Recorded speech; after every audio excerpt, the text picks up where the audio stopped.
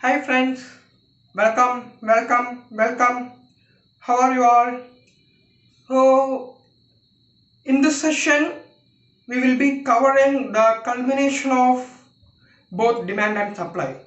So, we will start with market and forms of market. First of all, let us discuss what is a market. Okay, there will be buyers and sellers for any commodity, but they need to mingle so that they can buy or sell whatever they need. Right. The mechanism by which potential sellers and potential buyers of a commodity are brought into close contact to purchase or sell a commodity is called market.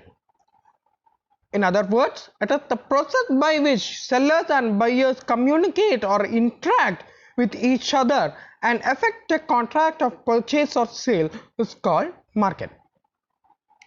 Now, what are the features of a market? First of all, we need some commodity. In order to buy or sell, they need some commodity. Then there should be buyers and sellers for the commodity. Okay, because without them, nothing is possible. The third feature or the third characteristic is that there should be communication between buyers and sellers. They should be able to interact with each other. And the final feature is some place is needed where they can mingle or communicate or interact with each other. Then next we will discuss what are the forms of market. Basically, there are two types: perfect competition and imperfect competition. Perfect and imperfect. However, within imperfect, there are three types: monopoly, monopolistic competition, and oligopoly. So, basically, there are four market forms: perfect competition, monopoly, monopolistic, oligopoly. Now, let us discuss about perfect competition. There are two parts here, right? Perfect and competition. The market should be ideal, what we desire for any good, and also it should be competitive. Okay, so how do we define? Perfect competition is a market structure in which there will be many buyers and sellers who produce homogeneous commodity, and there will be no transportation cost also. Now let us discuss the features of perfect competition. First of all, there will be large number of buyers and sellers. What does this mean? There will be many sellers producing the same good. So the output of a single seller will not be much impact, will not have much impact in the market. It will be only a meager proportion. So no seller can influence the price of the good with his own decision. Similarly, there will be many buyers and a single buyer will not be able to influence the price with his decision. Then the second feature is homogeneous product. The main thing of here is that all the units of the good produced by whichever seller it may be will be homogeneous or identical in every aspect. Okay, so what does this mean? That the buyer will be indifferent between the products of every seller. Whether he buys from seller A or seller B or seller B or seller Z, nothing will matter. He will be indifferent between every seller. Then the third feature is freedom to entry and exit.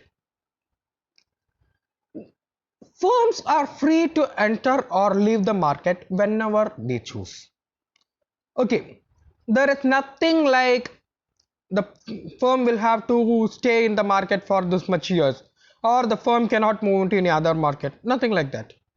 The main thing here is that in the long run, long period, every firm will earn normal profit. What will happen is if they are earning supernormal profit high, then many firms will get attracted and new sellers will come. And naturally, when supply goes up, price will come down. Right, supply goes up, price will come down. So when price comes down, the profit will go down. So the sellers will be able to earn only normal profit.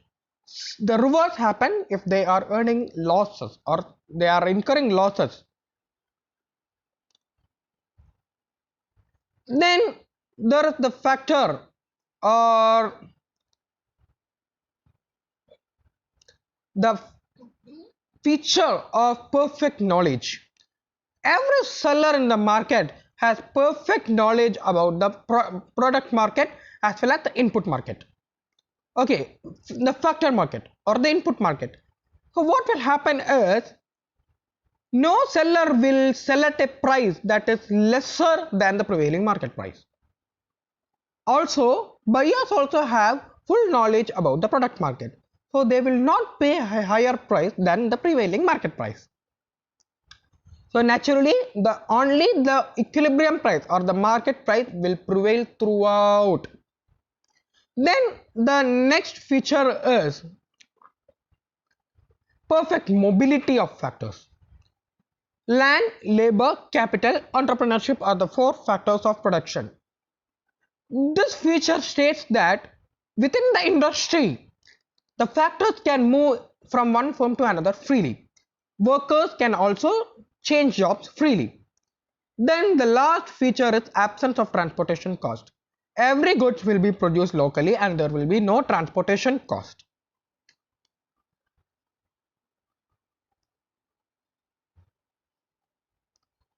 Then we come to the next form of market, the imperfect competition. The first form of market here is monopoly. Here, this is a form of market in which there will be only one seller who will be producing a product which has no close substitutes. So the first feature is a single seller. Okay, the seller has absolute control over the supply of the good.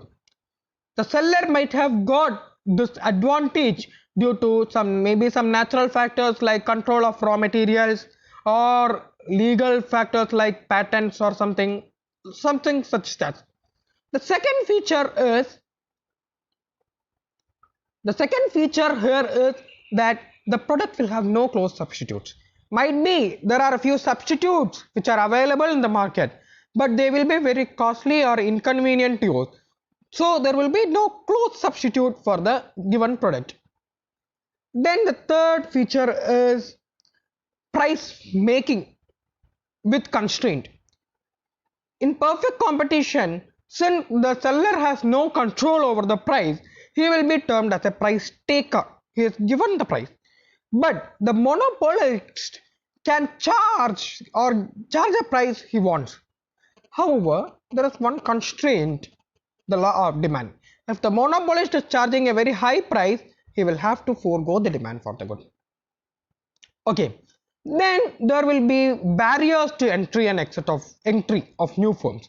Since the monopolist has absolute advantage in the production and supply of the good, he will be able to block other firms from entering the market. Okay, so and also this monopolist will have very high advantages that no firm will be attracted to this market. Then the last feature is price discrimination.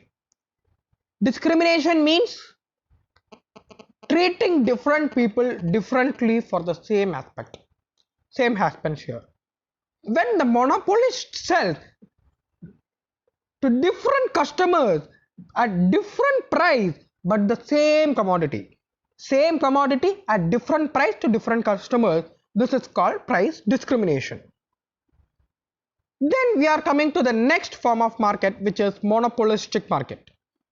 Here the market structure is such that there will be many sellers who will be selling homogeneous or differentiated products. They will be close substitute but not identical. So the first feature is large number of buyers and sellers. Here also the number of buyers and sellers is large but not as large as in perfect competition. So what is happened is the seller will be able to exert a marginal control over the price. Might be it is due to additional features that the seller is having. Then the second feature is free entry of firms and exit of firms. Any firm can enter or they exit the market freely. So therefore it will be difficult, though not impossible, to earn supernormal profits in long run. Then the third feature is product differentiation. What does this mean? They are not homogeneous in every aspect. There will be some special features for some special sellers. So these features will attract customers, and the buyer will term the good based on the features it is having. Then there will not be perfect knowledge by the buyers and sellers. Both of them will not have perfect knowledge about the market for the product as well as for the inputs. Then the last feature is selling and transportation cost. See, the producer is differentiating his product. So in order to have the product sold, he will have to incur cost for advertising and sales promotion. So selling cost will be high. Also, there is no compulsion that all products are manufactured locally. The full transportation cost will also be high. Then we come to the next form of market, which is oligopoly. What does this market state? See, in this market, there will be only few firms which produce most of the output in the market. Okay, the feature of the first feature is few dominant firms. There are a few big firms and each will be producing a significant portion of the market output. So each will have a significant degree of control over the price for the good. Okay, and next, the feature next that comes is barrier to entry. Since there are only a few firms and each is dominant, they will be able to block other firms from entering the market. Okay, there will be a blockage. Then the third feature is homogeneous or differentiated products. See, there is no compulsion that the product is homogeneous or differentiated. It can be in any manner. Then we come to the main feature, which is mutual interdependence between firms. See, since there are few big firms and only a few big firms, each will be dependent on the others. Every firm will be dependent on every other firms in order to ascertain or base his or her decision about pricing and output. So there will be a huge degree of interdependence among the firms. Then there will be price rigidity. Do you know why? You will think, since there are a few big firms, each will can vary the price accordingly. But they won't do it. Why? Because if one firm is doing something to change the price, definitely the other firms will have the power to react. So naturally what will happen, every firm will have to consider other firms. Also, if one firm is changing the price, the other firm will think twice before responding. So it will take a long time for the opponents or the limited rivals to react to a price change by any one firm. So their price will be rigid over a long period of time. Then the final feature of this form of market is non-price competition. Every seller will know or will be aware that all the other sellers are powerful in the market. So in order to compete with them, they will not use price, because if one firm is changing the price, the other firm will also change the price. So there will be a price war. So they will maximum avoid it. So they will resort to other practices like better after sales service, more advertisements and such things in order to promote their product. Naturally, there will be a high cost of selling, but the Thing here is that non-price competition will be assuming a greater priority in oligopolistic market. Now let us see how would be the demand curve in each of these market forms. First of all, X, O, Y, price, quantity. Okay, in perfect competition, I have told you any quantity can be sold or purchased at the same price because there are large number of buyers and sellers. So the demand curve, sorry, okay, wait, quantity here and price will be here.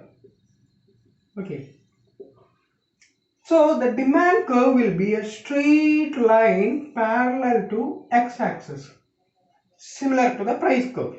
Now take the case of monopoly. In monopoly, the monopolist will be able to charge or will be able to sell more quantity only at lower price.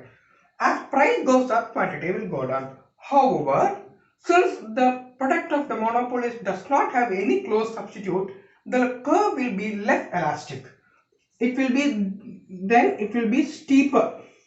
Okay, it will be a bit steeper, and naturally MR curve will be even down. Okay. In case of monopolistic competition, the product of the seller does have close substitute, and also higher quantity can be sold only at lower price. So the curve will be more elastic. It will be flatter in case of monopolistic competition. Now, what will happen in the case of oligopoly? When firm changes prices, the change in quantity will depend on many other factors. Main of them being that the rival reaction should be considered. So, the demand curve in oligopoly will be indeterminate. Okay, this is all we have to know with regard to the market forms. So, this will be the end of our session on market forms and their characteristics. So, we will meet in the next session. Till then, stay safe. Thank you.